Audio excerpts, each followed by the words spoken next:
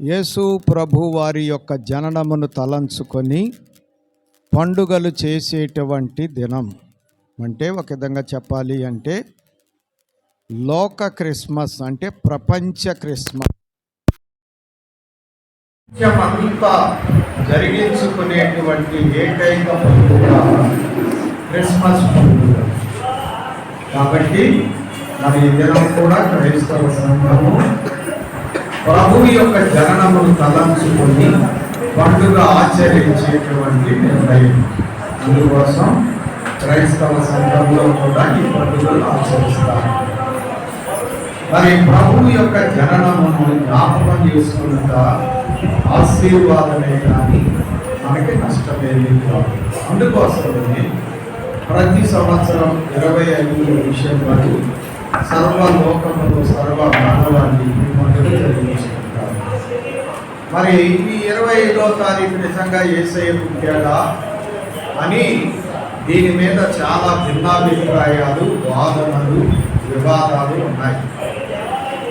ఈ మధ్య భక్తులైన వారు 25వ తారీఖున పుట్టిన మాట వాస్తవమే అని అనేకమైనటువంటి రుజువులు చూపిస్తూ కూడా ఉన్నారు. సరే, ఏది ఏమైనా మానవుల రక్షణార్థమై దేవుడు ఈ లోకానికి వచ్చాడు. అది నమ్మదగిన సత్యం. అందును బట్టి ఆ దినము మనకి పండుగ. దీని అవం కాదు. కాబట్టి యేసయ్య జననం అందరికీ పండుగ. సరే, ఈరోజు మనం ప్రభువు యొక్క జననం గురించినటువంటి సంగతులు మరికొన్ని మనం తెలుసుకుందాం. మరి ఈరోజు అంశం ఏమిటి అంటే క్రీస్తు అవతార విశేషములు. క్రీస్తు అవతార విశేషములు, ప్రభువు యొక్క అవతారంలో ఉన్నటువంటి విశేషం. దైవజనులు పద్యం రాశారు ప్రభు యొక్క అవతారాన్ని గురించి. ఈ సందర్భంలో ఆ పద్యం మనం పాడుకోగా సమంజసం. మన వర్తమానానికి ఈ పద్యం మనకు మరి దగ్గర సంబంధం ఉంటుంది. కావాలి మరి దైవజనుడు ప్రభు యొక్క రాక, మొదటి రాక అవతారము అని చెప్పి మరి ఇచ్చినట్లుగా, మరి మీ దగ్గర రక్షణ పద్యాలు ఉంటే 48వ పద్యం, రక్షణ పద్యములలో 48వ పద్యం. మరి నాకు అంతగా రావు కానీ పద్యాలు, అయినా కానీ వచ్చినంత వరకు మీకు అర్థమయ్యేటట్లు పాడి వినిపిస్తాను. అందరూ కూడా మరి మీ దగ్గర పుస్తకాలు ఉంటే చూసి మనసులో పాడుకోనండి. ధరణికి నొకమారు దర్శనమిచ్చుట విమల నరావతారము వలననే మానవుల్ వర్తించు మాదిరి చూపుట విమల నరావతారము వలననే పాపాలు శిక్షలు భరించి ఆర్పుట విమల నరావతారము వలననే మృతుడై సజీవుడై మృతిని జయించుట విమల నరావతారము వలననే మనము చేయజాలని అట్టి పనులు మనకు బదులు దేవుండు చేయుట పరమదేవతత్వమును కనపర్చుట తనివి తీర్చి బ్రతుకు క్రమపర్చుట విమల నరావతారము వలననే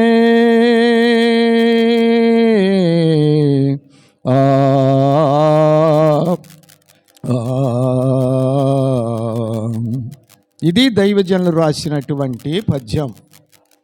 దేవుడు ధరణికి అనగా భూమి మీదకి వచ్చి దర్శనమిచ్చుట విమలనరావతారము వలననే, అంటే యేసయ్య అవతారం వలననే. మానవులకు మాదిరి చూపించుటకు వచ్చినటువంటి దేవుడు యేసయ్య విమల అవతారము వలననే లోకానికి వచ్చి మానవులకు మాదిరి చూపించారు. అలాగే పాపాలు శిక్షలు భరించి ఆర్పుట, అంటే మనలను పాపాల నుండి ఆ పాప ఫలితమైనటువంటి శిక్ష, ఆ శిక్షల నుండి తప్పించడానికే ఆయన అవతారమూర్తిగా వచ్చారు. మృతుడై సజీవుడై మృతిని జయించుట మరి ఈ అవతారము వలననే. మరి దేవుడుగా వచ్చి ఆయన రక్తము చిందించి మరణించి మరి తిరిగి పునరుద్ధానుడు కాజాలడు గనుక నరునిగా అంటే అవతరించి రక్తమాంసములు గలవాడుగా వచ్చి మరణించి తిరిగి లేచి మానవుల యొక్క మరణము నుండి జయాన్ని అనుగ్రహించారు. మనము చేయజాలని అట్టి పనులు, మనం చేసుకోలేని పనులు అనగా మనం పాపాల నుంచి విడిపింపబడలేం, విమోచింపబడలేం, శిక్షలు తట్టుకోలేం, నరకము నుండి విడిపించుకోలేం. అది మనము చేయజాలని పని, మన వల్ల ఏ పని కాదు. పాపులము గనుక ఆ పరిశుద్ధ కార్యాన్ని చేయలేము గనుక మనము చేయజాలని పనులు ఆయన చేయటానికి అవతారము ఆయన అవతరించారు. పరమదేవ తత్వమును కనపర్చుట అనగా దేవుణ్ణి మానవులకు చూపించుట, దేవుని యొక్క తత్వాన్ని మానవులకు తెలియజేయుటకు ఆయన ఈ లోకములో అవతరించారు. మన బ్రతుకులను అనగా మానవుల బ్రతుకులను క్రమపరిచి మానవులను దేవునికి ఇష్టముగా జీవించేటట్లు చేయటానికి ఆయన అవతరించారు. కాబట్టి మరి దేవుడు మనకు ఈ లోకములో అవతరించి మన పట్ల చేసినటువంటి కృపాకార్యము ఆయన అవతారము వలననే సాధ్యమైనది అని ఈ పద్యములో దైవజనులు తెలియజేస్తున్న వారై ఉన్నారు. కాబట్టి యేసయ్య ఈ లోకమునకు వచ్చుట అవతారము. అవతారము అంటే అర్థం ఏంటి అంటే దిగి వచ్చుట అని అర్థం. న్యాయంగా యేసయ్య పుట్టాడు అనే పదము కంటే ఆయన వచ్చాడు అనేటువంటి పదము ఆయన రాకకు, ఈ మొదటి రాకకు, ఆయన జననానికి కరెక్ట్గా సరిపోయేటువంటి పదం. అంటే అర్థం ఏంటి అంటే యేసయ్య ఆయన పుట్టిన తర్వాత వ్యక్తి కాదు, పుట్టకముందే ఉన్నవాడు. ఆయన దేవుడుగా ఉన్నాడు. దేవుడుగా ఉన్నటువంటి ఆయన 2023 సంవత్సరాల క్రితం ఈ లోకములో నరుడిగా దిగి వచ్చాడు, అవతరించాడు. మన స్వరూపం, మన పోలికలోనికి ఆయన వచ్చాడు. ఆయన పోలికలో మనల్ని చేశాడు. మనము పాపములో పడినప్పుడు మనల్ని ఉద్ధరించడానికి మన పోలికలో ఆయన వచ్చాడు. ఇది క్రీస్తు అవతారము యొక్క ప్రత్యేకత. ఈ ప్రపంచములో దేవుని అవతారం ఏదైనా ఉంది అంటే అది యేసయ్య యొక్క అవతారమే. ఎందుకంటే ఆయన అవతారములో దైవత్వానికి సంబంధించినటువంటి స్థితి ఉంది. ఆయన అవతారములో మానవత్వానికి సంబంధించిన స్థితి ఉంది. ఆయన కార్యాలలో దైవత్వము రుజువవుతూ ఉంది. ఆయన కార్యాలలో మానవత్వము రుజువవుతూ ఉంది. పౌలు గారు తిమోతికి రాసిన మొదటి పత్రిక 2వ అధ్యాయం 5వ వచనంలో రాసినట్లు దేవుడు నరుడు మధ్యవర్తి, దేవనరుడు, ఆయనే యేసుక్రీస్తు.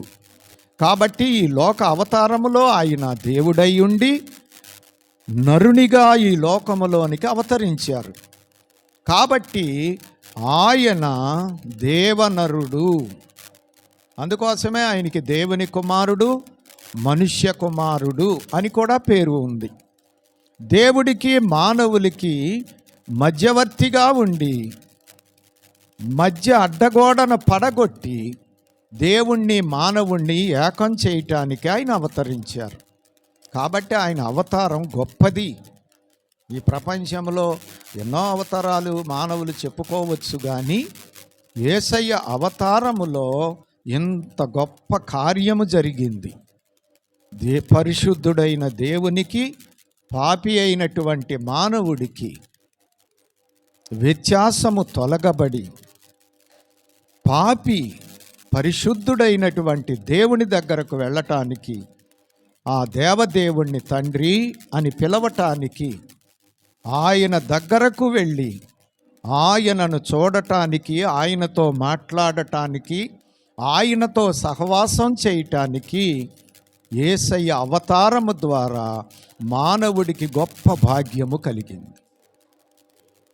కాబట్టి ప్రియమైన వారలారా, యేసయ్య యొక్క అవతారము శ్రేష్టమైనది, గొప్పది, నిజమైనది, అవసరమైనది, విశిష్టమైనది, అలాగే అది అమృతమైనది, అలాగే అది వెలుగై ఉన్నది, అలాగే అది మహిమ.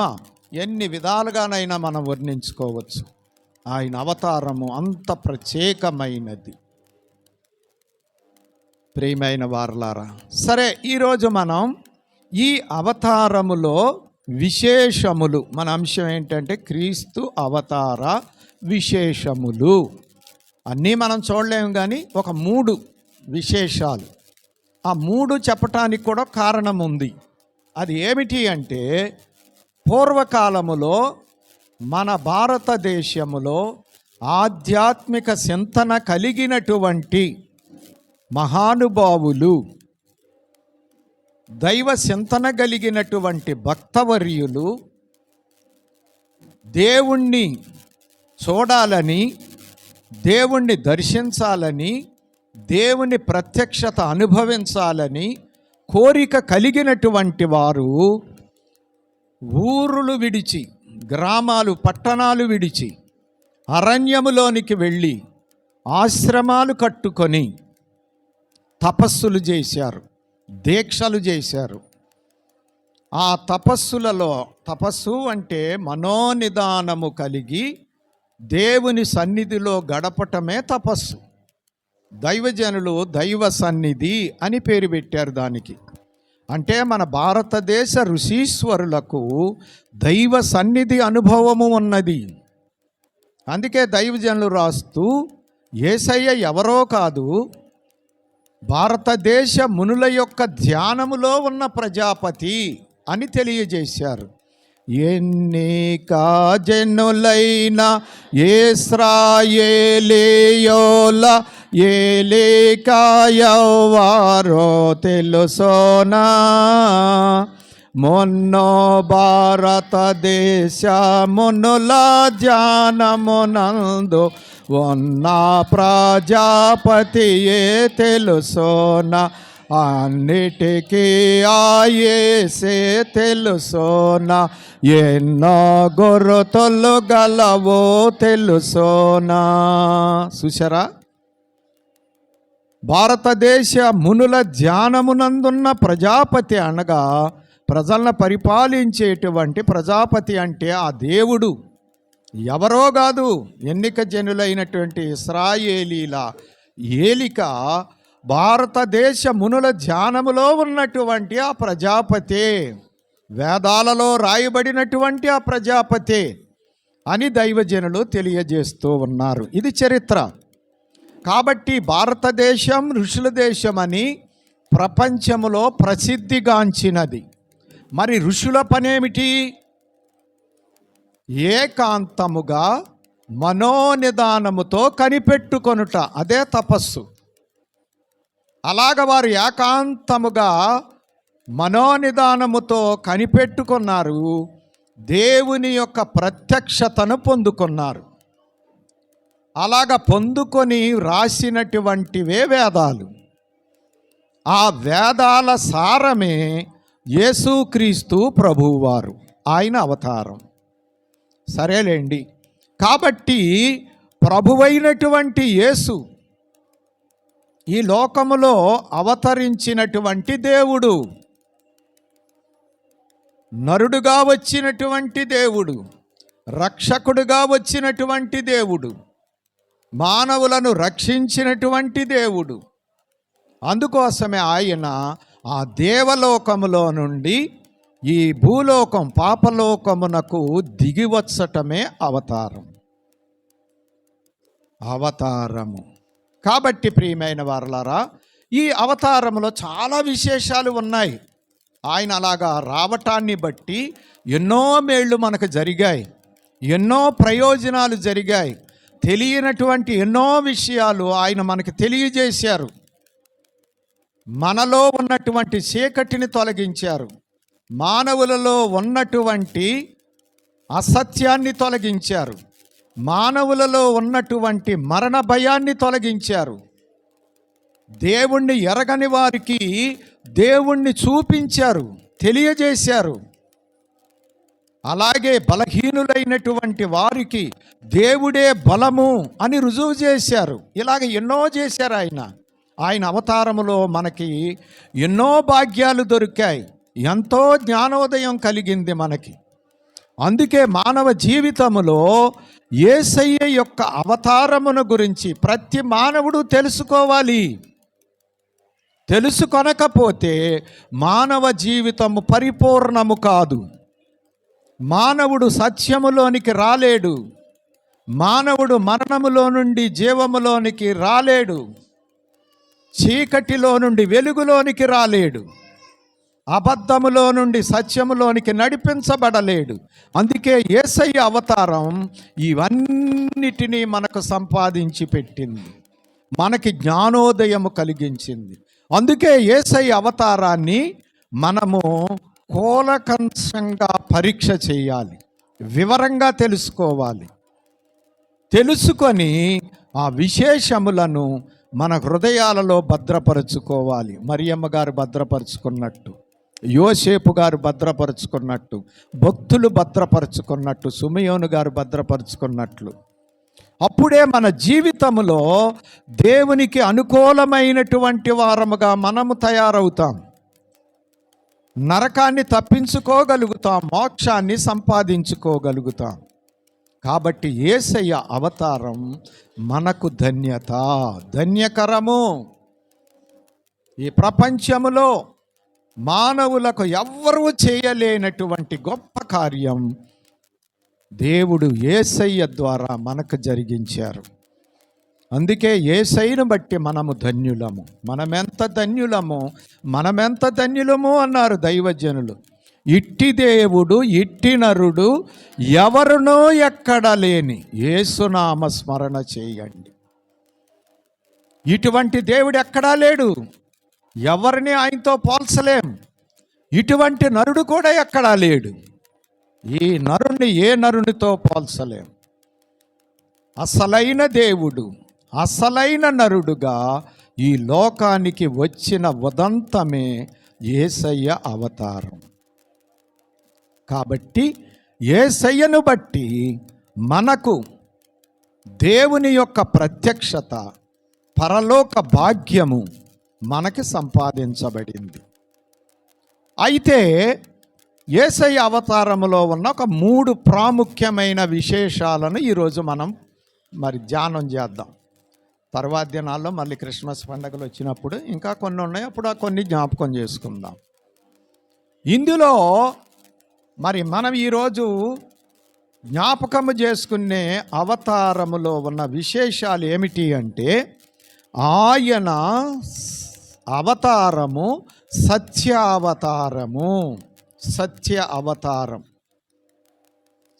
అవతారము అంటే అర్థం ఏంటి అంటే, ఆయన ఈ లోకములో రావటము అనేటువంటిది సత్యం. నరుడుగా రావటం సత్యం. ఆయన మానవులకు సత్యమును తెలియజేయుటకు ఈ లోకములో అవతరించారు. ఆయన రావటం సత్యం, సత్యము ఎరిగిన మానవుడికి సత్యము ఎరుగుటకు ఆయన ఈ లోకానికి వచ్చారు. రెండవ అవతారం వెలుగు అవతారము. చీకటిలో ఉన్న మానవులకు వెలుగివ్వటానికి ఈ లోకానికి వచ్చారు ఆయన. వెలుగు అనే దానికి మరొక భావము ఏమిటి అంటే మార్గము చూపించుట. వెలుగుంటే ప్రయాణం చేయగలం, మార్గాన్ని తెలుసుకోగలం. చీకటిలో మార్గాన్ని తెలుసుకోలేం. అందుకోసం యేసయ్య మార్గం చూపించడానికి వచ్చారు. అంటే ఆయన మనకు చీకటిలో దారి తెలవని మనకు, మార్గము తెలియని మనకు వెలుగుగా వచ్చి మనకి మార్గాన్ని చూపించారు. మోక్షాన్ని చేరేటువంటి మార్గం. సత్యము లేకపోతే మోక్షానికి వెళ్ళలేం. అందుకోసమే సత్యాన్ని తెలియజేయటానికి వచ్చారు. వెలుగు లేకపోతే ప్రయాణం చేయలేం. అందుకే ఆయన వెలుగుగా మనకు మార్గం చూపించడానికి వచ్చారు. మూడవది అమృతావతారం. అమృతావతారం అంటే అర్థం ఏమిటి అంటే మృత్యువును జయించడానికి వచ్చినటువంటి అవతారం. మరణ భయముతో ఉన్నటువంటి మానవుడికి ఆ మరణ భయము నుండి విడిపించడానికి వచ్చారు ఆయన. ఆ మరణము నుండి తప్పించడానికి వచ్చారు. ఆ మరణములో నుండి జీవములోనికి నడిపించడానికి వచ్చారు ఆయన. అందుకోసమే ఆయన అవతారములో మరణము కొట్టివేయబడింది, జీవము మానవులకు సమృద్ధిగా కలిగింది. అందుకే ఆయన యోహాను సువార్తలో అన్నారు, గొర్రెలకు జీవము కలుగుటకు అది సమృద్ధిగా కలుగుటకు నేను వచ్చాను. అందుకోసం వచ్చారు ఆయన. ఈ మూడే ఎందుకు ఎన్నుకున్నానంటే, నేను మన పూర్వీకులైన ఋషీశ్వరులు దేవుడికి ప్రార్థన చేశారు. అది సంస్కృతంలో రాయబడింది. అసతోమ సద్గమయ, తమసోమ జ్యోతిర్గమయ, మృత్యోర్మ అమృతంగమయ. మన ఋషీశ్వరులైన వారు మనోనిదానము ధ్యానములో ఉండి దేవుణ్ణి కోరుకున్నారు. ఏమని కోరుకున్నారు అంటే, అసతోమ సద్గమయ అంటే అసత్యములో ఉన్నాం, అబద్ధములో ఉన్నాం, మాకు సత్యమును బయలుపరచు, లేక సత్యములోనికి మమ్ములను నడిపించు. తమసోమ జ్యోతిర్గమయ అంటే చీకటిలో ఉన్నాం, మాకు ఏమీ బోధపడటం లేదు, ఏమీ అర్థం కావటం లేదు. కాబట్టి మమ్ములను వెలుగులోనికి నడిపించు. చీకటిలో ఉన్నాం, వెలుగులోనికి నడిపించు అంటే మాకు దారి చూపించు, మమ్ములను వెలుగులోనికి నడిపించు. మూడవది ఏం కోరుకున్నారంటే వాళ్ళు, మృత్యోర్మ అమృతంగమయ. మరణ బంధకాలలో ఉన్నాం, మృత్యువు మమ్మల్ని వెంటాడుతుంది. ఏదో ఒక రోజున మృత్యువు మమ్మల్ని పట్టుకుంటుంది. కాబట్టి ఈ మృత్యువులో నుండి, ఈ మరణములో నుండి మమ్ములను జీవములోనికి దాటించు. ఈ మరణములో నుండి విడిపించు మమ్మల్ని. జీవము కలిగి ఉండటానికి మమ్ములను జీవములోనికి నడిపించు అని కోరుకున్నారు.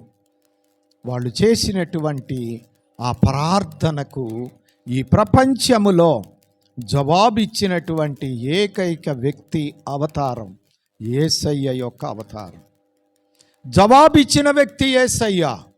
ఆయన అన్నారు, యోహాను సువార్త 14వ అధ్యాయం 6వ వచనములో ఆయన ఏమన్నారు అంటే, యేసు నేనే మార్గమును, నేనే సత్యమును, జీవమును, నేనే జీవమును, నా ద్వారానే తప్ప ఎవడును తండ్రి యొద్దకు రాడు. చూసారా? నా ద్వారా తప్ప ఎవ్వరు కూడా మోక్ష రాజ్యములోనికి చేరలేరు, పరలోకము చేరలేరు. ఆ పరలోకము చేరటానికి నేనే ఆధారం, నేనే మార్గం, నేనే సత్యం, నేనే జీవం. చూసారా, ఆయన స్పష్టంగా చెప్పాడు, ఏ మాత్రము కూడా మనము సందేహించడానికి, అనుమానించడానికి వీలు లేకుండా నేనే అనే పదం ఆయనకి మాత్రమే సరిపోతుంది. నేనే అనే పదములో ఏముంది అంటే సార్వభౌమత్వం ఉంది. అంటే అర్థం ఏంటి అంటే ఇక ఆయన లాంటి వారు ఎవరూ లేరు, ఎవరిని ఆయనతో పోల్చలేం. ఇదిగో ఇలాగా ఆయన కూడా ఉన్నాడు అంటానికి వీలు లేనటువంటి వాడు ఆయన. అందుకే ఆయన అన్నాడు నేనే. యోహాను సువార్తలో నేనే నేనే అనే పదాలు ఎక్కువగా కనబడతాయి. ఆయన దేవుడిగా వర్ణిస్తూ రాసినటువంటి యోహాను గారు అలాగ రాశారు. పునరుద్ధానమును జీవమును నేనే, లోకమునకు వెలుగును నేనే, గొర్రెలకు మంచి కాపరిని నేనే. పునరుద్ధానం జీవము నేనే. అలాగే ఆ సువార్తలో అనేక రకాలుగా నేనే సత్యం, నేనే జీవం, నేనే మార్గం, ఇలాగ ఆయన నేనే నేనే నేనే అని తన సార్వభౌమత్వపు అధికారం, ఆయన సార్వభౌమత్వం యొక్క స్థితిని బట్టి అలాగూ ఆయన మాట్లాడారు. కాబట్టి ప్రియమైన వారలారా, యేసు అవతారము సడన్గా జరిగినది కాదు, ముందుగానే చెప్పబడి జరిగినది. ఆయన గురించి ఇంచుమించుగా 4000 సంవత్సరాలు చెప్పబడింది అవతారాన్ని గురించి. ఆది మానవులు పాపములో పడినప్పుడే దేవుడు వాగ్దానము చేశాడు. అక్కడ నుంచి 4000 సంవత్సరాల కాలం చెప్పబడి ఆయన అవతరించారు. అంత మాత్రమే కాదు, అనాదిలోనే, ఇంకా కాల నిర్ణయము జరగకముందే, సృష్టి జరగకముందే, ఏదీ లేనప్పుడే, అంతా శూన్యముగా ఉన్నప్పుడే ఆయన అవతారమును గురించి అనాది కాలములోనే నిర్ణయించబడింది. మీకు కావాలంటే ఎఫెసీ పత్రిక 1వ అధ్యాయం 4 నుంచి 6 వచనాలు కలిసి ఉంటాయి. చివరిలో ఒక మాట రాస్తారు, జగత్తు పునాది వేయబడక మునిపే ప్రేమ చేత ఆయన క్రీస్తులో మనలను ఏర్పరచుకొనాను. చూసారా, అనాది కాలములోనే ఆయన అవతారము నిర్ణయించబడింది. ఇలాగ చెప్పుకుంటా వెళ్తే అవతారాన్ని గురించి మనము ఎంత చెప్పుకున్నా తరగదండి. అంత శ్రేష్టమైనది ఆయన అవతారం. అనాది, ఇంకా సృష్టి జరగకముందే నిర్ణయించబడిన అవతారం అయినది. 4000 సంవత్సరములు నానా విధములుగా ప్రవక్తల ద్వారా చెప్పబడినది ఆయన యొక్క అవతారం. హెబ్రీ పత్రిక 1వ అధ్యాయం 4 వచనాల్లో మీరు చూస్తే ఆ సంగతి రాయబడింది. ఆయన్ని గురించి ప్రవక్తలు చెప్పారు, ప్రవచించారు. వాళ్ళు నానా సమయములలో నానా విధాలుగా ఆయన కుమారుడుగా వచ్చాడు. ఆ అవతారములో ఆ ప్రవచనాలన్నిటినీ నెరవేర్చాడు, వాగ్దానములన్నిటినీ నెరవేర్చాడు. కాబట్టి ఆయన అవతారం అంత గొప్ప అవతారం. సరే, మన పూర్వీకుల ప్రార్థనకు జవాబుగా ఆయన యోహాను సువార్త 14:6లో మాట్లాడారు. దాన్ని బేస్ చేసుకొని నేను 3 అవతారాల గురించి ఈరోజు చెప్పాలని. 3 అవతారాలు అంటే ఆయన 3 ఎత్తాడని కాదు సుమా, ఆయన అవతారములో ఉన్న విశేషములను బట్టి మనము వర్ణించుకుంటానికి ఆ విధంగా చెప్పుకుంటున్నాం. అది దాని అర్థం. అవతారం ఒక్కటే, ఇంకా ఎక్కువ అవతారాలు ఆయన ఎత్తక్కర్లా. ప్రతి యుగములో ప్రతి తరములో ఎత్తాల్సినంత అవసరం లేదు. మనుషులందరూ ఒక్కసారే పుడతారు, ఒక్కసారే చనిపోతారు, తర్వాత తీర్పు అని హెబ్రీ పత్రికలో వ్రాయబడి ఉంది. యేసయ్య అవతారము కూడా ఒకే ఒక్కసారి జరిగింది. ఆ ఒక్కసారి ఆయన చేయవలసినదంతా మానవుల రక్షణ కొరకు, రక్షించుట కొరకు అన్నీ కూడా అవతారములోనే చేసేసాడు ఆయన. మళ్ళీ ఇంకో అవతారానికి అవకాశమే లేదు, అవసరము లేదు. అన్ని అవతారములోనే చేసి ముగించేశాడు ఆయన. ఆయన అవతారము నిత్యము ఉండే అవతారం. 2023 సంవత్సరాల క్రితం అవసరించి ఆయన చేయవలసినవి అన్నీ చేసినా ఈ 2023 సంవత్సరంలో ఏ వ్యక్తి అయినా ఆయన అవతారము దగ్గరికి వచ్చి ఆయన్ని కోరుకుంటే రక్షణ పొందగలడు. ఇప్పుడే కాదు, రేపు 2వ రాకడ వరకు, అంత్య దినము వరకు కూడా వచ్చేవారు కూడా ఆయన అవతారాన్ని గ్రహించి ఆయన అవతారం దగ్గరికి వచ్చి ఆయన చేసిన కార్యాన్ని నమ్మగలిగితే అప్పుడు కూడా ఆయన రక్షించగలడు. అంటే 2023 సంవత్సరాల క్రితం ఆయన అవతరించి కార్యము చేశాడు. ఆ కార్యము ఆ సంవత్సరంతోనే అంతరించలేదు. ఆ అవతారము ఒకే ఒక అవతారము నిత్య అవతారమైపోయింది. ఎప్పుడు మానవులు ఆయన్ని తెలుసుకొని ఆయన దగ్గరికి వస్తే అప్పుడే ఆ అవతారము వలన మానవులు రక్షణ పొందుతారు, మోక్ష రాజ్యాన్ని సంపాదించుకోగలుగుతారు. అందుకోసం ఆయన ఇంకా 2వసారి అవతరించాల్సినంత అవసరము లేదు. కాబట్టే ఆయన అవతారము అంత శ్రేష్టముగా ప్రసిద్ధిగాంచినదిగా ఎంచబడింది. సరే, ఇప్పుడు ఈ 3 విషయాలు. మొదటిది ఏమిటి అంటే అసతోమ సద్గమయ, సత్యావతారం. ఏం చెబుతున్నాడు? వారిని అబద్ధములో నుండి సత్యములోనికి నడిపించడానికి సత్యముగా ఈ లోకానికి వచ్చాడు ఆయన. అందుకోసం ఆయన అన్నాడు, నేనే సత్యం. సత్యం మీరు తెలుసుకోవాలా? నా దగ్గరకు రండి, నన్ను చూడండి, నేను చేసిన పనులు చూడండి, అవే మీకు సత్యాన్ని బయలుపరుస్తాయి అని ఆయన తెలియజేశాడు. దేవుడు సత్యం. ఆయన దేవలోకములో ఉన్నప్పుడు ఆయన సత్యమై ఉన్నాడు. యోహాను రాసిన మొదటి పత్రిక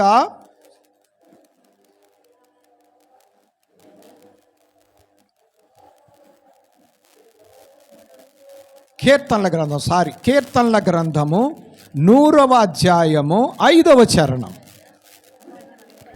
100వ అధ్యాయము 5వ చరణం. యెహోవా దయాళుడు, ఆయన కృప నిత్యముండును, ఆయన సత్యము తరతరములుండును. ఆయన సత్యము తరతరములుండును. చూసారా? దేవుడు సత్యం. ఆయన సత్యానికి భిన్నమైనదేది చేయడు. ఆయన సత్యవంతుడు. ఆయన సత్యం తరాలు గతించినా కానీ ఆ సత్యములో మార్పు ఉండదు. ఆయన ఎప్పుడూ సత్యంగానే ఉంటాడు, సత్యమే మాట్లాడతాడు. అందుకే ఆయన మాట్లాడిన వాక్యము కూడా సత్యమే. అలాగే ఆయన భూలోకానికి వచ్చినప్పుడు, అవతరించినప్పుడు కూడా ఆయన అవతారం కూడా సత్యమే. చూడండి, యోహాను సువార్తలో పిలాతు దగ్గర నిలబడ్డారు యేసయ్య.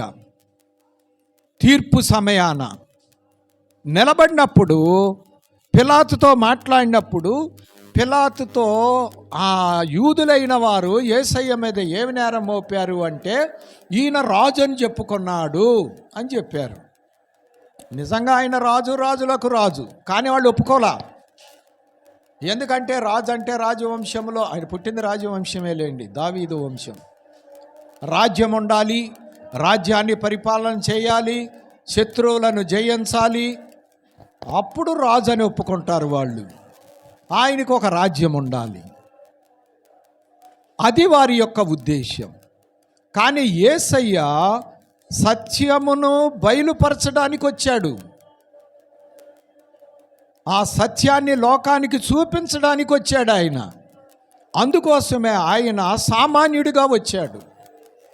రాజవంశములోనే పుట్టాడు కానీ ఆయన రాజులకు రాజే కానీ రాజరికపు హోదాతో రాలేదు ఆయన. అక్కడ తేడా వచ్చింది. లోకానికి ఏం కావాలంటే హోదాలు కావాలి. ఏం కావాలి చెప్పండి?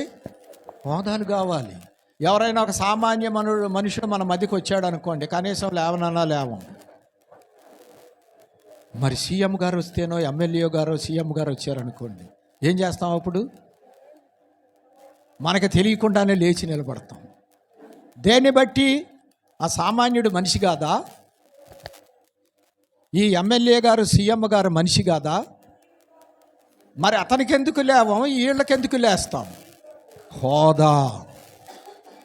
మరి యేసయ్య ఎలాగ వచ్చాడు? రాజే గాని రాజులాగా రాలా, దేవుడే గాని దేవుళ్లాగా రాలా,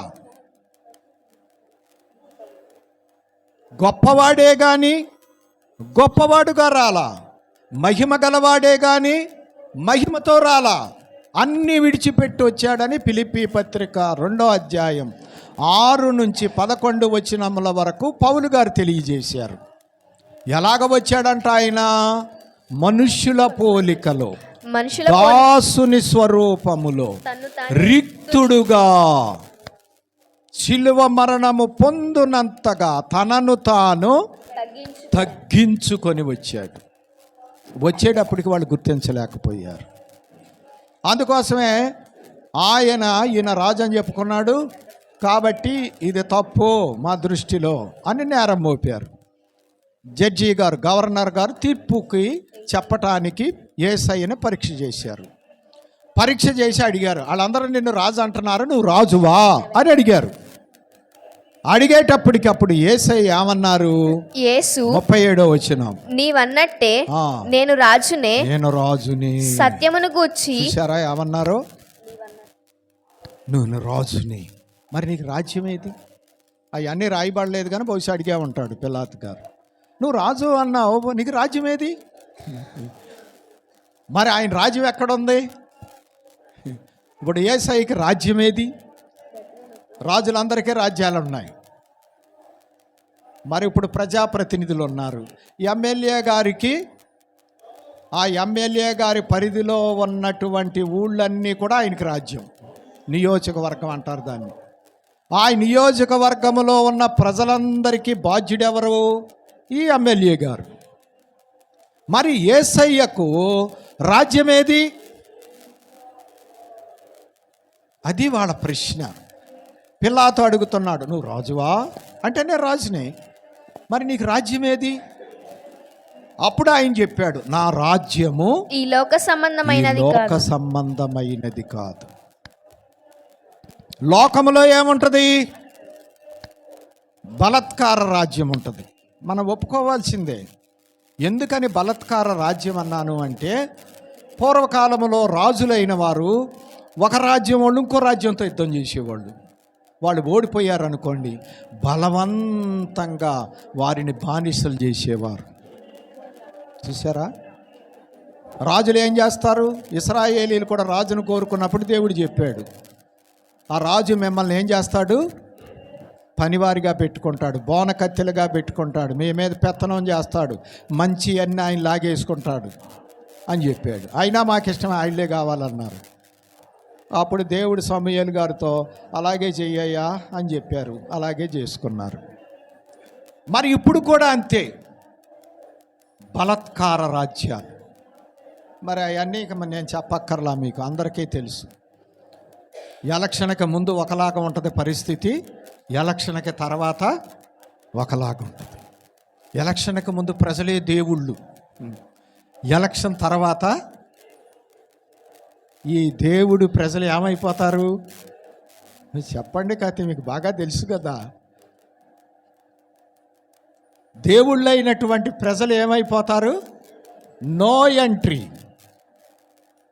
వెళ్ళి మాట్లాడటానికి, చూడటానికి కూడా అవకాశాలు ఉండవు. ఇప్పుడు ఏమైపోయాడు ఈ దేవుడు మనిషి? మీరే మాకు దేవుళ్ళు అన్న మాట ఏమైపోయింది? కనీసం ఒక ప్యూన్కి ఇచ్చిన, గుమ్మస్తాకి ఇచ్చిన విలువ కూడా ఉండదు. ఇప్పుడు లోపలికి వెళ్తా కుదరదండి, తర్వాత కలవండి వచ్చి. చూసారా? ఇదే బలత్కార రాజ్యం అంటే. అందుకే యేసయ్య అన్నాడు, నా రాజ్యం ఈ లోక సంబంధమైంది కాదు. ఆయనది బలత్కార రాజ్యము కాదు. ఆయన రాజ్యము స్వేచ్ఛ స్వాతంత్ర్యాలతో నిర్మించబడిన రాజ్యం. మరి ఇప్పుడు చాలామంది ఏమంటున్నారు? క్రైస్తవులు బలవంతంగా మత మార్పిడులు చేస్తున్నారు అని నేరం మోపుతున్నారు. ఏ సువార్థికుడైనా ఎవరినైనా బలవంతంగా నువ్వు వచ్చి యేసయ్యను అంగీకరిస్తావా లేకపోతే నిన్ను సంపనా అని ఎవడన్నా అన్నాడా? అంటే అప్పుడు బలత్కార మార్పిడి, మత మార్పిడి అని మనం చెప్పొచ్చు. ప్రపంచంలో ఎవడు చెప్పడలాగా? ఒకవేళ చెప్పినా కానీ ప్రజలు అంగీకరిస్తారా? అంగీకరించరు, తిరగబడతారు. యేసయ్య కూడా చెప్పలా. ఆయన బలవంతుడైన దేవుడే, ఏమైనా చేయగలడు ఆయన, కానీ చేయలేదు. ఆయన ప్రేమతో తన యొద్దకు రమ్మని కోరుకున్నాడు. ఆయన మానవుల పట్ల ప్రేమ చూపించాడు. ఆయన ప్రాణము పెట్టునంత ప్రేమ చూపించాడు. ప్రేమ చూపించి ప్రేమతో నా దగ్గరికి రండని కోరుకున్నాడే కానీ బలవంతము చేసి రమ్మని ఎప్పుడూ ఆయన కోరలేదు, ఆయన ఎప్పుడూ బోధించలేదు. మానవుడికి స్వేచ్ఛ ఇచ్చాడు ఆయన. నీ ఇష్టం, నీ ఎదుట ఇదిగో నేను రెండు పెట్టేశాను, మంచి మార్గము, అలాగే చెడు మార్గము ఉంది ఈ లోకములో, నువ్వేది కోరుకుంటావో నీ ఇష్టం అని చెప్పి ఆయన చెప్పారే కానీ ఎప్పుడూ బలవంత పెట్ల. లోకరాజ్యాన్ని కోరుకుంటావా, పరలోక రాజ్యాన్ని కోరుకుంటావా, నీ ఇష్టం. కాబట్టి ప్రియమైన వారలారా, పిలాతో చెప్పారు యేసయ్య, నా రాజ్యం ఈ లోక సంబంధమైనది. ఒకవేళ నా రాజ్యమే లోక సంబంధమైందైతే నన్ను నీకు అప్పగించిన వాళ్ళందరూ నా వెనకాల నుంచి ఉండేవాళ్ళు. మరి వాళ్ళ కోరిక ఏంటి? రోమీలను తరిమే చేయాలి, వారు స్వతంత్ర రాజ్యం సంపాదించుకోవాలి. యేసయ్య చేయలా. నరకమునకు పోయే మానవుణ్ణి మోక్ష రాజ్యములోనికి సిద్ధపరచడానికి, ఆ రాజ్యాన్ని స్థాపించడానికి వచ్చాడు ఆయన. అసలైన రాజ్యం అది. నరక రాజ్యములో నుండి మోక్ష రాజ్యములోనికి మార్చడానికి వచ్చాడు. అంతేగాని లోకరాజ్యాల జోలికి ఆయన వెళ్ళలా. లోకరాజ్యాలు కూడా ఆయన అధికారంలో ఉన్నవే, ఆయన ఇస్తే తప్ప ఎవరికి అధికారం కలగదు. అయినా కానీ ఆయన మాత్రం ఆ రాజ్యాలు స్థాపించడానికి మాత్రం రాలే. ఎందుకంటే ఈ రాజ్యాలు శాశ్వతం కాదు. అందుకే ఆయన అశాశ్వతమైన రాజ్య స్థాపనలోనికి వెళ్ళలా. ఆయన శాశ్వతమైనటువంటి రాజ్యాన్ని స్థాపించటానికి వచ్చాడు. ఆ రాజ్యాన్ని ఆయన స్థాపించాడు. మరి శాశ్వత రాజ్యం దేని వలన స్థాపించబడాలి చెప్తాను మీకు. అప్పుడు పిలాతు గారు అడిగిన ప్రశ్నకు ప్రభువు చెప్పారు. ఏమని చెప్పారు అంటే, నేను రాజునే నీవన్నట్టు. తర్వాత నెక్స్ట్ వెంటనే ఏ మాట వాడారు? సత్యమును గూర్చి సాక్ష్యమిచ్చుటకు నేను పుట్టి తిని. చూసారా, నా రాజ్యం ఈ లోక సంబంధమైంది కాదు. అయితే నా రాజ్యం ఉంది. ఏం రాజ్యం అది? సత్యమును గూర్చి సాక్ష్యం ఇవ్వటానికి నేను పుట్టాను. ఇందు నిమిత్తమే ఈ లోకానికి నేను వచ్చాను. సత్య సంబంధి అయిన ప్రతివాడు నా మాట వింటాడు, నా రాజ్యములో ఉంటాడు. యేసయ్య సత్యముతో రాజ్యాన్ని స్థాపించాడు, అబద్ధముతో కాదు. మీకు చెప్పక్కర్లా, నేటి కాలములో ప్రజాస్వామ్యములో రాజ్యం ఎలాగ స్థాపించబడుతుంది? అబద్ధాలతో స్థాపించబడుతుంది. అది చేస్తాం, ఇది చేస్తాం అని శక్తికి మించినటువంటి వాగ్దానాలు చేసి వాటిని నెరవేర్చలేక నానా తిప్పలబడుతున్నారు. ప్రియమైన వారలారా, సత్యమును చెప్పలేక అబద్ధాలు చెప్పుకొని, ఆ అబద్ధాలు అసాధ్యాలు కాబట్టి చేయలేక నానా తిప్పలబడుతున్నారు. కాబట్టి ఈ లోకరాజ్యాలు అబద్ధాలతో స్థాపించబడుతున్నాయి. ఈ అబద్ధాలతో స్థాపించబడుతున్నాయి కాబట్టి రాజ్యాలు ఏమైపోతున్నాయి? కొన్నాళ్ళు సాగుతున్నాయి, కొన్నాళ్ళు పడిపోతున్నాయి. సింహాసనాలు మారిపోతున్నాయి. కొన్నాళ్ళు వాళ్ళు ఉంటున్నారు, కొన్నాళ్ళు వీళ్ళు ఉంటున్నారు. ఈ అబద్ధాల రాజ్యాలు ఇలాగే ఉంటాయి. అవి మారిపోతూ ఉంటాయి, ఏలికలు మారిపోతూ ఉంటారు. కానీ యేసయ్య సుస్థిర సామ్రాజ్యాన్ని స్థాపించడానికి వచ్చారు. ఆ రాజ్యమే పరలోక రాజ్యము, శాశ్వత రాజ్యం, ఎన్నడూ నశించనటువంటి రాజ్యం, ఆకలి దప్పులు లేని రాజ్యం, దుఃఖము లేని రాజ్యం, అపాయాలు లేని రాజ్యం, మరణాలు లేని రాజ్యం. ఎంత గొప్ప రాజ్యం అండి అది. ఆ రాజ్యాన్ని స్థాపించటానికి వచ్చాడు. అందుకోసం ఆయన పిలాతుతో చెప్పాడు, ఆ రాజ్యం సత్యముతో స్థాపించబడుతుంది. సత్య సంబంధి అయిన ప్రతివాడు నా మాట వింటాడు, నా రాజ్యములో ఉంటాడు. అప్పుడు పిలాతు గారు అడిగారు, సత్యం అంటే ఏంటి అని అడిగారు. అడిగాడే కానీ జవాబు కోసం చూడలా, బయటికి వెళ్ళిపోయాడు. తరువాత చెప్పారు యేసయ్య, నేనే సత్యము. పిలాతు ఉంటే ఆ మాటే పిలాతుకు కూడా తెలియజేసేవారు.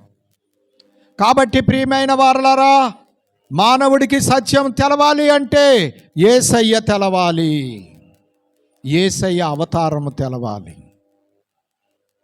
యేసయ్య తెలియని వాడు, యేసయ్య తెలియని వారికి సత్యము బోధపడదు. అందుకే ముందు మనం యేసయ్యను ఎరగాలి, యేసయ్య అవతారమును ఎరగాలి. ఎరిగితే అప్పుడు సత్యాన్ని మనం గ్రహించగలుగుతాం. నేడు యేసయ్య దగ్గరికి వచ్చిన వాళ్ళు కూడా ఆయన్ని ఎరగకుండా సత్యాన్ని గ్రహించలేకపోతున్నారు. కాబట్టే లోకస్తుల జీవితాలకే వీరి జీవితాలకే వ్యత్యాసం కనపడతల్లా. సత్యము ఎరిగితే అవసరమైన వాటిని ఆశిస్తాం.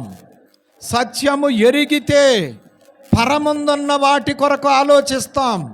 సత్యమును ఎరిగితే ఆయన చెప్పినట్లు చేస్తాం.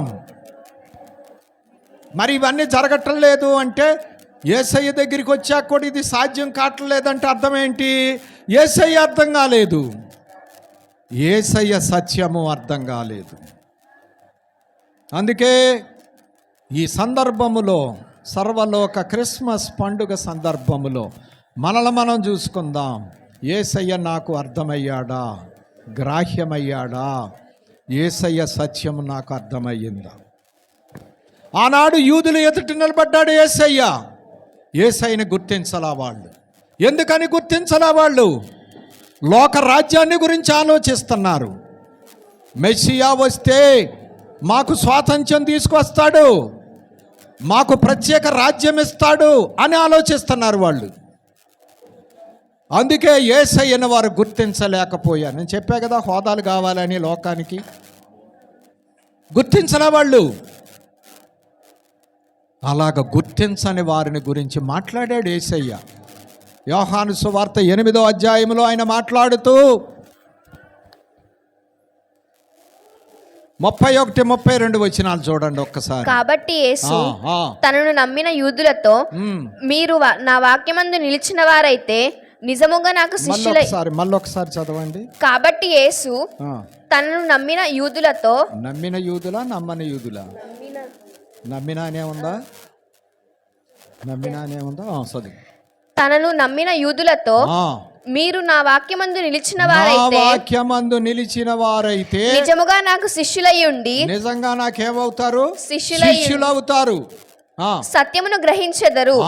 సత్యాన్ని గ్రహిస్తారు. అప్పుడు సత్యము మిమ్మును స్వతంత్రులుగా చేయునని చెప్పగా, సత్యం ఏం చేస్తుంది? మనల్ని స్వతంత్రుల్ని చేస్తుంది. 36వ వచనం చదవండి.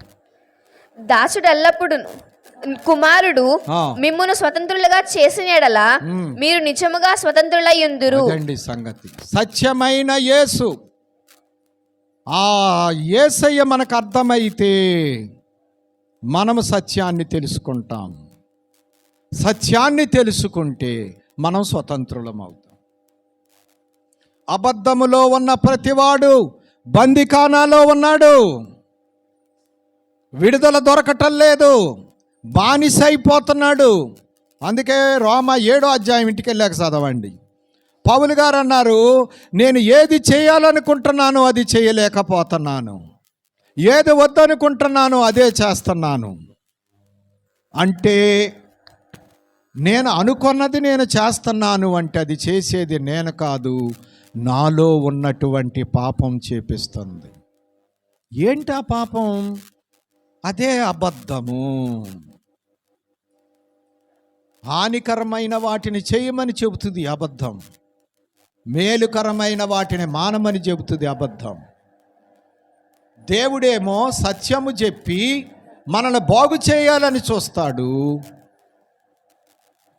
విరోధి అయినటువంటి అపవాది అబద్ధము చెప్పి మనల్ని పాడు చేయాలని చూస్తాడు. ఈ రెండు స్వరాలు మనకి రెండు పక్కల ప్రతిదినం వినబడతానే ఉంటాయి. ఆదివారం వచ్చిందనుకోండి, దేవుడు అంటాడు ఆరాధన దినము, ఇది నా దినం, గుడి గుడి గుడి ఆలయం అని చెబుతాడు ఆయన. అపవాది ఈ పక్క నుంచి ఉంటాడు, వాడేమని చెబుతాడు,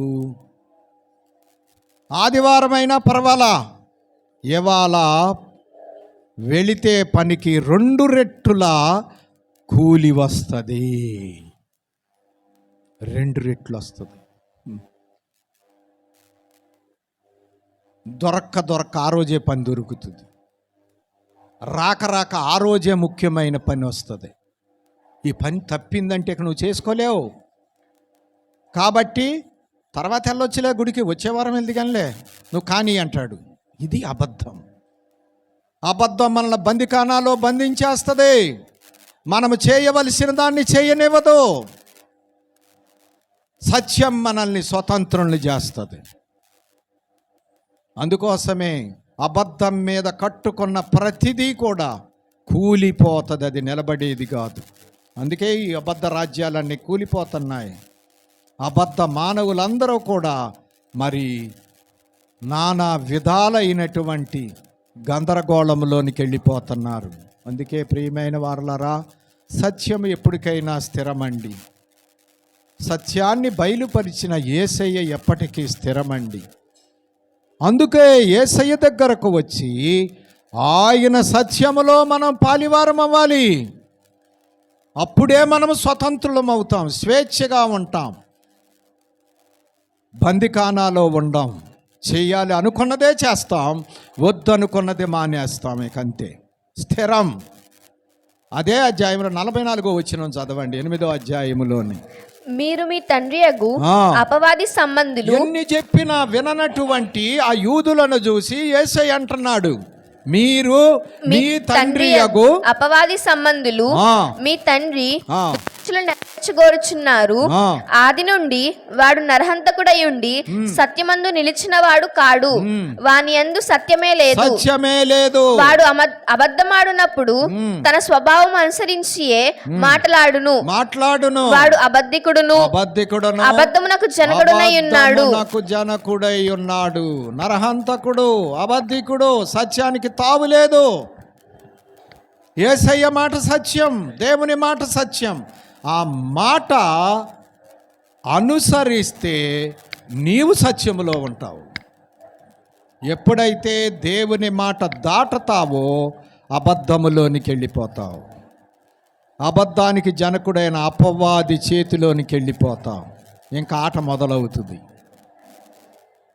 మానవుల యొక్క పరిస్థితులయ్యి, అందుకే మన పూర్వీకులు వాపోయారు, అయ్యా సత్యములో ఉన్నాము, ఎంత విడిపించుకుందామన్నా మా వల్ల కాటం లేదు.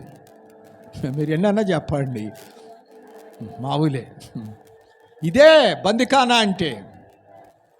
స్థిరపడని జీవితాలు, బలపడని జీవితాలు, చెడుగును జయించలేని జీవితాలు, ఆఖరికి నరకానికి జారిపోయేటువంటి జీవితాలు. జాగ్రత్త. సత్యములో స్థిరపడకపోతే మన పరిస్థితి అక్కడ దాకా జారి లాగివేయబడుతుంది. అందుకే యేసయ్య చెబుతున్నాడు, నేనే సత్యం. ఆ భక్తులకు జవాబు చెబుతున్నాడు, అసత్యములో ఉండి సత్యమును కోరుకునే భక్తులారా, నేనే సత్యం. కాబట్టి నా యొద్దకు రండి, సత్యమును తెలుసుకోండి, సత్యములో నడుచుకోండి, సత్య సంబంధమైన రాజ్యములో స్థిరపడండి అని యేసయ్య తెలియజేస్తున్నాడు. చూడండి, యోహాను రాసిన మొదటి పత్రిక 3వ అధ్యాయము 19వ వచనం. 3:19. ఇందువలన మనము సత్య సంబంధులమని ఎరుగుదుము, దేవుడు మన హృదయము కంటే అధికుడై సమస్తమును ఎరిగి ఉన్నాడు. గనుక మన హృదయము ఏ ఏ విషయములలో మన యందు దోషారోపణ చేయునో ఆయా విషయములలో ఆయన ఎదుట మన హృదయములను సమ్మతిపరుచుకుందుము. చూశారా, సమ్మతిపరుచుకుందాం. మనసాక్షి ఘోషిస్తుంది, తెలియజేస్తూ ఉంది. సత్య సంబంధులము కాబట్టి మన మనస్సాక్షి ఏ ఏ విషయాలలో మనల్ని అభ్యంతరపరుస్తుందో వాటిని తీసివేసుకొని శుద్ధి చేసుకొని సత్యములో స్థిరపడదాం అని చెబుతున్నాడు ఆయన. కాబట్టి దేవుడు సత్యం, ఆయన అవతారము సత్యం, మనము సత్యములో స్థిరపడాలి. ఇది సత్యావతారము. 17వ అధ్యాయం యోహాను సువార్త 19వ వచనములో ప్రభు ఏం చేశారు అంటే, సత్యమందు ఆయన్ని ప్రతిష్ఠ చేసుకొని మనల్ని కూడా సత్యమందు ప్రతిష్ఠ చేశారు. చదవండి. వారును సత్యమందు ప్రతిష్ఠ చేయబడినట్లు వారి కొరకై నన్ను ప్రతిష్ఠ చేసుకొనుచున్నాను. అది సత్యమందు ఆయన ప్రతిష్ఠ చేయబడ్డారు, మనల్ని కూడా ప్రతిష్ఠ చేశారు. కాబట్టి ఇప్పుడు మనం ఎవరం? సత్య సంబంధులం, దేవుని మాట ప్రకారం నడిచే సత్య సంబంధులు. ఈ స్థాయిలో నుంచి మనం కిందకి రాకూడదు. వచ్చామా? సత్యము తొలగిపోతుంది, అబద్ధములోనికి వెళ్ళిపోతాం. అబద్ధం చిన్నదేని అనుకోకండి. ఎప్పుడు అబద్ధం ఎంత పెద్ద ప్రమాదాన్ని మనకు తీసుకొస్తుంది అంటే నరకములోనికి జారిపోయేటట్లు చేస్తుంది. ఇక రెండవ అవతారాన్ని చూద్దాం. రెండవ అవతారం వెలుగు అవతారము. యోహాను సువార్త 1వ అధ్యాయం 9వ వచనం. నిజమైన వెలుగు ఉండెను, అది లోకములోనికి వచ్చుచు ప్రతి మనిషిని వెలిగించుచున్నది. చూశారండి, నిజమైన వెలుగు లోకములోనికి వచ్చి మనుష్యులను వెలిగించుచున్నది. లోకము చీకట్లో ఉంది. ఏ చీకటి? పాపపు చీకటి. పాపం ఏం చేసింది? లోకాన్ని కమ్మేసింది. పాపపు చీకటిలో ఉన్న మానవుడికి వెలుగు అర్థం కావట్లేదు. అదే యోహాను గారు ఆ 1వ అధ్యాయంలో రాస్తూ తెలియజేశారు. వెలుగు చీకటిలో ప్రకాశించుచున్నది కానీ చీకటి దానిని గ్రహింపకున్నది. చూసారా? కాబట్టి ప్రియమైనటువంటి వారలారా, యేసయ్య వెలుగు, వెలుగు అవతారము. ఆయన ఈ లోకములోనికి వచ్చారు. ఎలాగ వచ్చారు అంటే ఆయన చీకటికి రాలా, ఆయన వెలుగుగా వచ్చాడు. వెలుగుగా దేవుడు వెలసెదాత్రిలో అని దైవజనులు పాడుకున్నారు. నిజంగా మనం చూసినట్లయితే దేవుడు వెలుగు. యోహాను రాసిన 1వ పత్రిక 1వ అధ్యాయం 5వ వచనములో ఈ సంగతిని యోహాను గారు మేము ఆయన వలన విని మీకు ప్రకటించు వర్తమానమే దేవుడు వెలుగై ఉన్నాడు, చీకటి ఆయన యందు చీకటి ఎంత మాత్రమును లేదు. చీకటి అంత మాత్రం కూడా లేదు.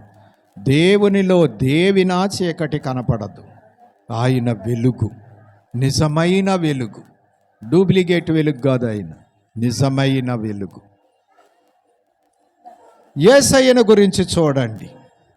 యోహాను సువార్త 8వ అధ్యాయం 12వ వచనంలో ప్రభువే స్వయంగా చెబుతున్నారు,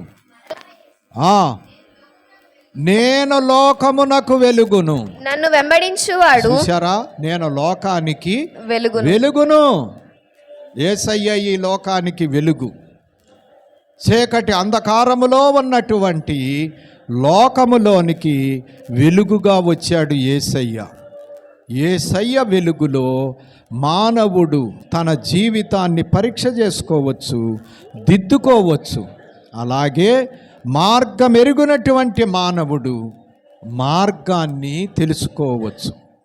దేవుని దగ్గరికి వెళ్ళేటువంటి దారి యేసయ్యను బట్టి కనుగొనవచ్చు.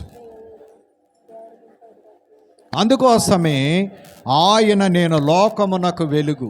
నన్ను వెంబడించేవాడు అంటే నా దగ్గరికి వచ్చేవాడు, నా మాటను బట్టి నడుచుకునేవాడు చీకటిలోనికి వెళ్ళక జీవపు వెలుగు కలిగి ఉంటాడు.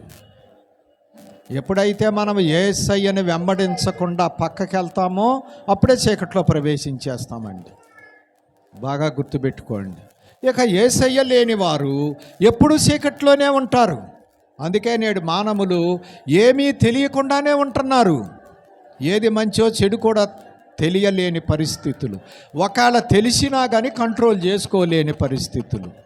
ఎందుకు ఈ దుస్థితి వస్తుంది అంటే యేసయ్య వెలుగులోనికి రావటానికి ఇష్టపడని వారి పరిస్థితులు అలాగుంటాయి. యేసును వెంబడించడానికి యేసు దగ్గరికి రాని వారు, దేవుణ్ణి ఎరగని వారైతే యేసును వెంబడించని వారు, ఎరిగి వెంబడించని వారు కూడా ఆ ఫలితాన్నే పొందుకుంటారు. ఎరిగి వెంబడించకపోతే ప్రయోజనం ఏముంది?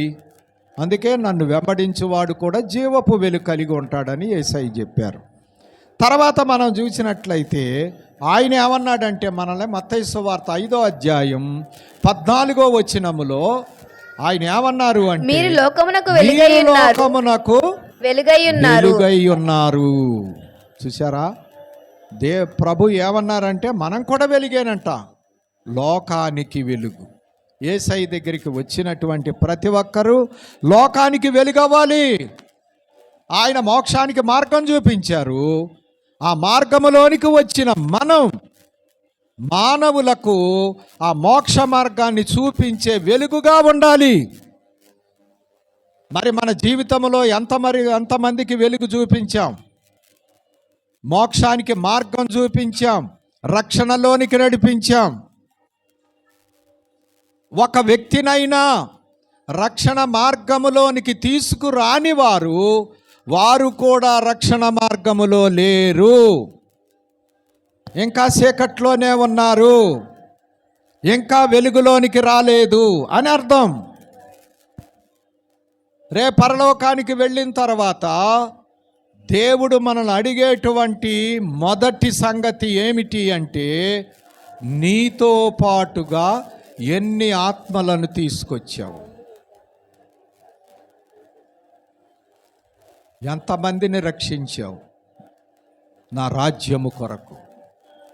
రేపు మనం ఎదుర్కొనబోయేటువంటి మొదటి ప్రశ్న అది. అందుకే నేను లోకానికి వెలుగును, నన్ను వెంబడిస్తే మీరు వెలుగులో ఉంటారు. అలాగే మీరు లోకానికి వెలుగు, మీరు అనేకులకు మాదిరి కావాలి, అనేకులు మిమ్మల్ని వెంబడించాలి. చూసారా, దేవుడు కోరుకునేది అది. అందుకే ముందు యేసయ్య వెలుగు దగ్గరికి వచ్చి మన జీవితాలను మనం దిద్దుకోవాలి. చీకటి బ్రతుకులను విడిచిపెట్టి వెలుగుమయమైన జీవితంలోనికి రావాలి.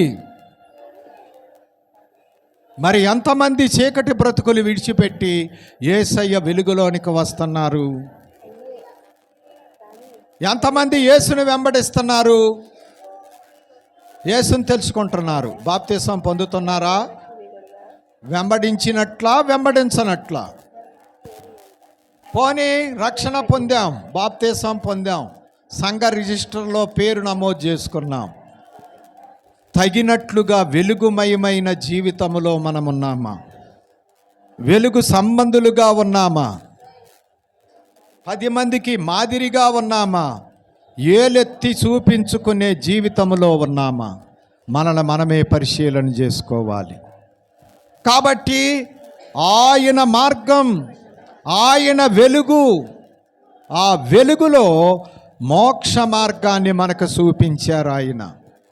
మనము కూడా మోక్ష మార్గోపదేశకులముగా ఉండాలి, మాదిరిగా ఉండాలి. ఆయన మనకు మాదిరి ఉంచిపోయారు. ఆయన్ని వెంబడిస్తే మనము మోక్ష మార్గం చేరుకుంటాం. అందుకే నేనే మార్గం అన్నారు ఆయన.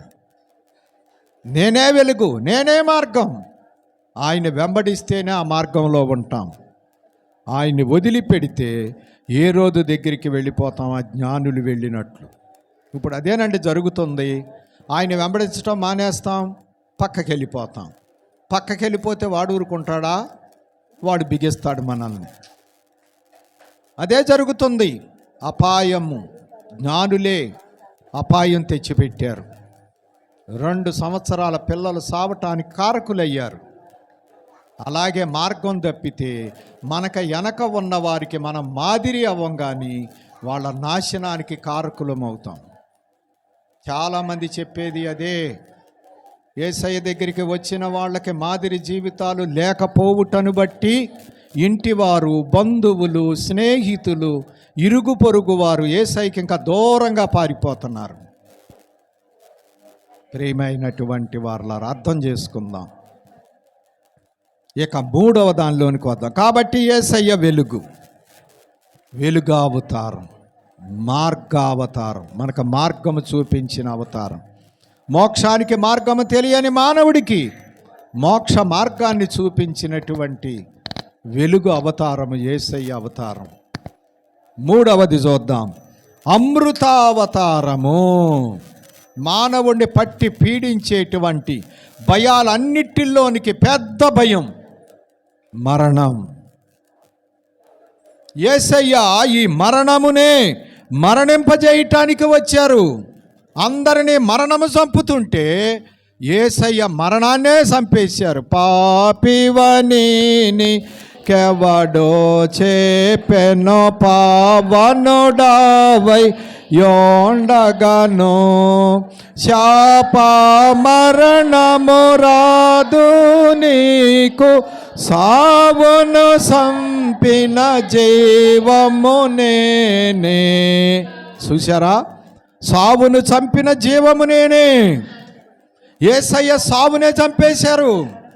మరణ భయముతో ఉన్న మానవులకు మరణ భయము నుండి విడిపించారు. ఎలాగా మరణ భయము నుంచి విడిపించారు అంటే, యాయిరు కుమార్తె చనిపోయింది, అందరూ ఏడుస్తున్నారు. యేసయ్య వచ్చాడు, ఆ చిన్నది నిద్రిస్తుంది అన్నారు. అందరూ హేళన చేశారు. యేసయ్య ఏం చేశాడు, లోపలికి వెళ్ళి తలీతాకుమి, చిన్నదానా లెమ్మని చెప్పాడు. చెప్పగానే ఏమైపోయింది, చనిపోయినటువంటి ఆ బాలిక తిరిగి లేచింది. వాళ్ళ తల్లిదండ్రులకు అప్పచెప్పాడు, ఆహారం పెట్టమని చెప్పాడు. చూశారా, శిష్యులు చూస్తున్నారు ఈ సంగతులన్నీ. తర్వాత నాయీను విధవరాలి కుమారుడు చనిపోయాడు. ఈ యాయిరు కుమార్తె చనిపోయి కొన్ని గంటలు అయ్యింది. అందుకే వాళ్ళందరూ అనుమానపడి ఉండొచ్చు, ఎక్కడో ఉండి ఉంటుందిలే ప్రాణం, అందుకే ఆయన బతికించాడు అని చెప్పి. నాయీను విధవరాలి కుమారుడు చనిపోయాడు. పాడి మీద మోసుకొస్తున్నారు శ్మశానానికి.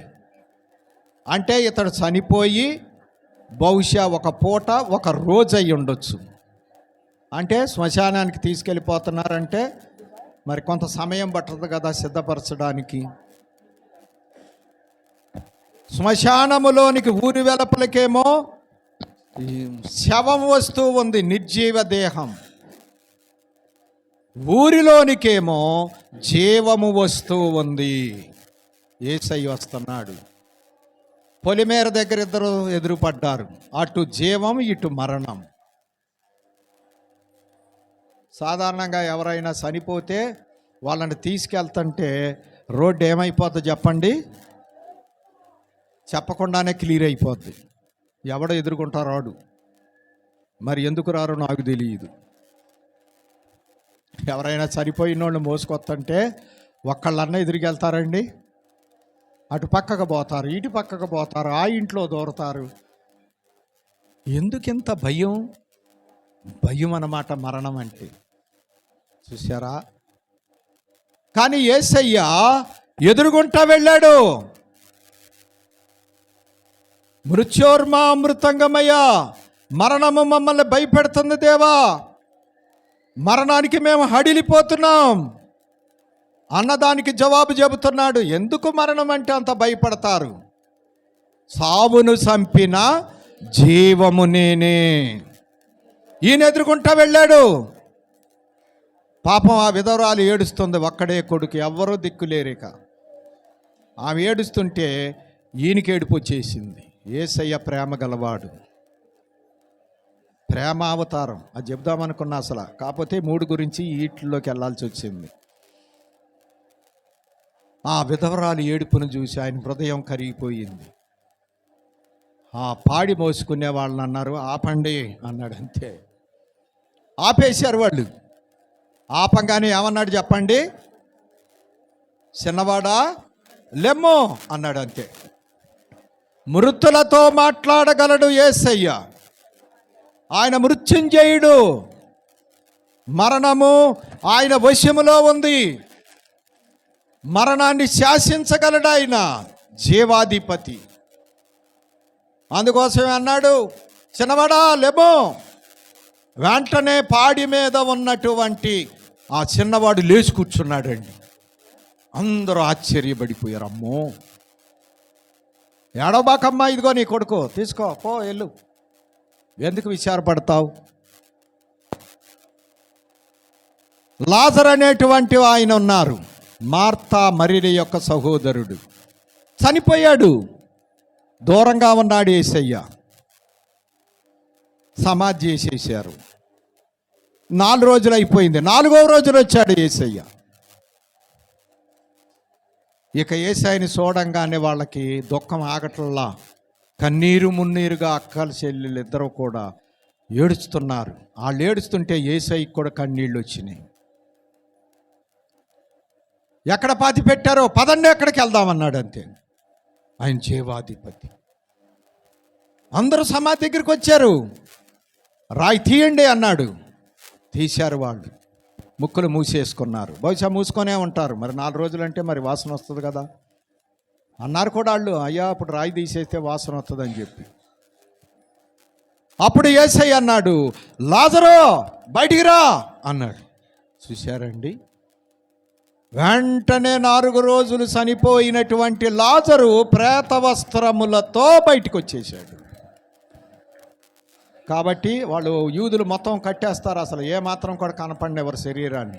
తొందరగా ఓడదీయండి, లేకపోతే ఊపిరాడకి చచ్చిపోతాడు. గబగబా ఓడదీసేసారు. చెల్లెళ్ళు అక్కల సహోదరులకు అప్పచెప్పాడు, సహోదరులకి. ఏడబాకండి అమ్మా. ప్రియమైన వారలారా, మరణమును జయించిన వాడు ఆయన, మరణమును శాసించేవాడు ఆయన. యోహాను సువార్త 10వ అధ్యాయం 18వ వచనములో ఆయన చెప్పారు, ఎవడను నా ప్రాణము తీసుకొనడు, నేనే దాని పెట్టుటకు నాకు అధికారము కలదు, దాన్ని తిరిగి తీసుకొనుటకును నాకు అధికారం కలదు. చూశారండి ఎంత అధికారంతో మాట్లాడుతున్నాడు యేసయ్య. నా ప్రాణాన్ని ఎవడు తీయలేడు, నన్ను ఎవడు చంపలేడు, కానీ నేను చావగలను, తిరిగి లేవగలను. మరణముతో ఆడుకుంటాను నేను. సరదాగా ఆడుకుంటాడు యేసయ్య మరణముతో. ఏం చేయలేదు ఆయన మరణం. మనమైతే చాలా జాగ్రత్తలు పాటించాలి. పాటించకపోతే ఏముండదు మనకి. 11వ వచనం చదవండి. అదే అధ్యాయంలో 11వ వచనం ఏమన్నాడు? నేను గొర్రెలకు మంచి కాపరిని. మంచి కాపరి గొర్రెల కొరకు తన ప్రాణము పెట్టును. చూశారా, మన కొరకు ఆయన ప్రాణము పెట్టడానికి వచ్చాడు. అందుకే మరణించాడు ఆయన.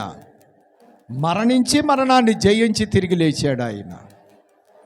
నా యందు విశ్వాసముంచిన వాడు చనిపోయినను బ్రతుకును, బ్రతికి నా యందు విశ్వాసముంచువాడు ఎన్నటికీ. యోహాను సువార్త 11వ అధ్యాయం 25వ వచనం. ఎబ్రీ పత్రిక 13వ అధ్యాయం 8వ వచనములో అందుకు యేసు క్రీస్తు నిన్న నేడు నిరంతరము ఏకరీతిగా ఉన్నాడు. యెషయా గ్రంథం 40వ అధ్యాయం 28వ వచనములో దేవుడు నిత్యుడై ఉన్నాడు. యెహోవా నిత్యుడగు దేవుడు. నిత్యుడగు దేవుడు. ఆయన నిత్యం ఉండేవాడు. ఆయనకు ఆద్యంతములు లేవు, జనన మరణాలు లేవు. మరి ఎందుకు చెప్పుకుంటున్నాం క్రిస్మస్ ఆయన పుట్టాడని? అంతే, మొట్టమొదటే చెప్పాను మీకు, పుట్టుట కంటే ఆయన వచ్చాడు అనటం కరెక్ట్ అయిన పదం ఆయనకి. కాకపోతే నరుడుగా గర్భంలో నుంచి కన్యమరికి జన్మించాడు కాబట్టి పుట్టాడు అంటున్నా. అంటే తప్పేమి కాదండి.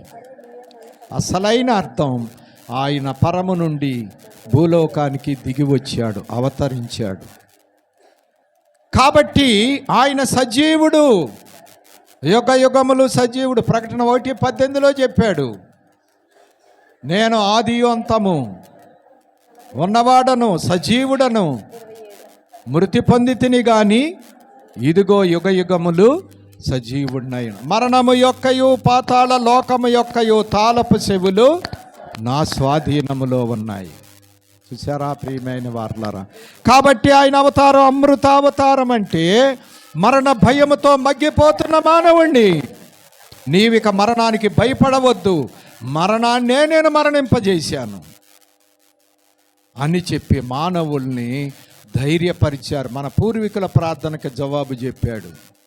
కాబట్టి అసత్యములో నుండి సత్యములోనికి, చీకటిలో నుండి వెలుగులోనికి, మరణములో నుండి జీవములోనికి నడిపించడానికి ఆయన అవతరించాడు.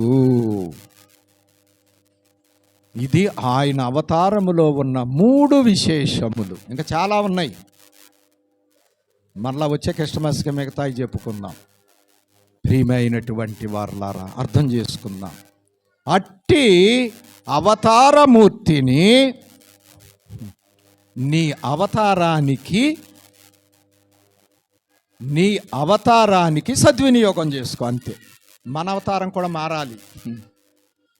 అవతారం అంటే 2 అర్థాలు వస్తాయి. దిగి రావటం ఒకటైతే అవతారం అంటే పోజ్. ఏంట్రా వీడికి సావు కళ వచ్చింది ఏంట్రా అంటే మారిపోయింది అవతారం, రూపం మారిపోయింది. ఏ అవతారం వచ్చేసింది? సావు కళ అవతారం వచ్చింది.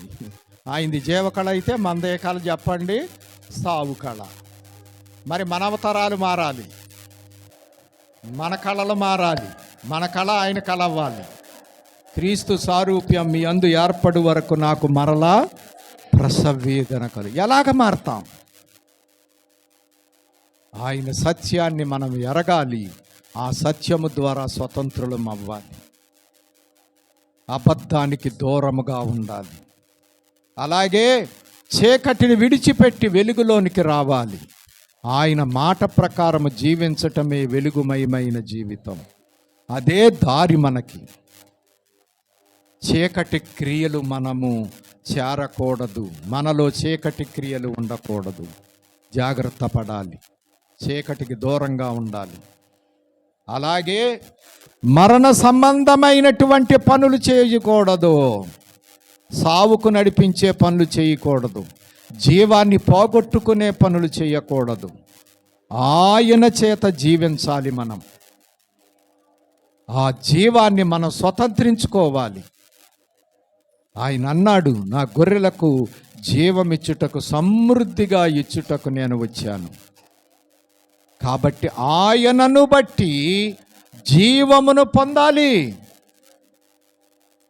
అలాగ జీవమును పొంది మనము మరణతుల్యమైనటువంటి పనులు ఏది చేస్తే సావు వస్తుందో ఆ పనులు చేయకూడదు. ఆజ్ఞ అతిక్రమిస్తే పాపం వస్తుంది, పాపము వలన మరణం వచ్చేస్తుంది ఆటోమేటిక్గా. మరి ఆజ్ఞను అతిక్రమిస్తే మరణం తప్పుద్దా, జీవం కలుగుతుందా? చేయకూడదు ఇటువంటి పిచ్చి పనులు.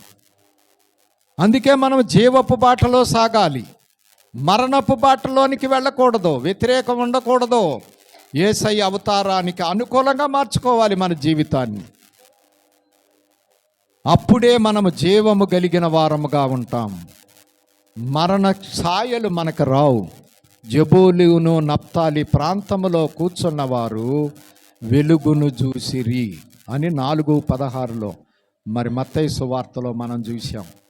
కాబట్టి ప్రియమైనటువంటి వారలారా, మనము ఆయన అవతారమును బట్టి మన అవతారమును మార్చుకోవాలి. అంటే మీకు అర్థమయ్యేటట్టు చెబుతాను. ఆయన పైనుండి కిందకు దిగి వచ్చారు, ఇది అవతారం. మనమేం చేయాలా? ఆయన అవతారమును బట్టి మన జీవితాలను మార్చుకొని మనము భూమి మీద నుండి పరలోకానికి, దేవలోకానికి, మోక్షలోకానికి మనం ప్రయాణం చేయాలి. ఆయన వచ్చారు, ఆరోహణమై వెళ్ళారు, పునరుద్ధానుడై. మనం కూడా ఆయనలో పునరుద్ధానము కలిగి ఆరోహణమయ్యేటువంటి అంతస్తులోకి రావాలి. ఆయనదే అవరోహణం, మంది ఆరోహణం. అవరోహణమైన ప్రభువు అంతా చేసి మరలా ఆరోహణమైపోయారు. రేపు మనల్ని తీసుకువెళ్ళటానికి మధ్యాకాశానికి రాబోతున్నారు. కాబట్టి మధ్యాకాశంలోనికి ఆయన వచ్చినప్పుడు మనము సిద్ధపడి ఆరోహణం అవ్వాలి. ఆయన అవతారాన్ని మనం సద్వినియోగం చేసుకోకపోతే మనం ఇంకా అవరోహణలోనికి వెళ్తాం. అవరోహణం అంటే కింద ఉన్న పాతాళంలో నరకానికి. కాబట్టి ఆయన అవతారం మనల్ని అవరోహణములోనికి పోకుండా ఆరోహణములోనికి నడిపించడానికి అవతరించినటువంటి అవతారం అయినది. కాబట్టి ఆ అవతారాన్ని బట్టి మనం ధన్యులం అవ్వాలి, కానీ దరిద్రులం అవ్వకూడదు. మనం ఉపయోగించుకోవాలి.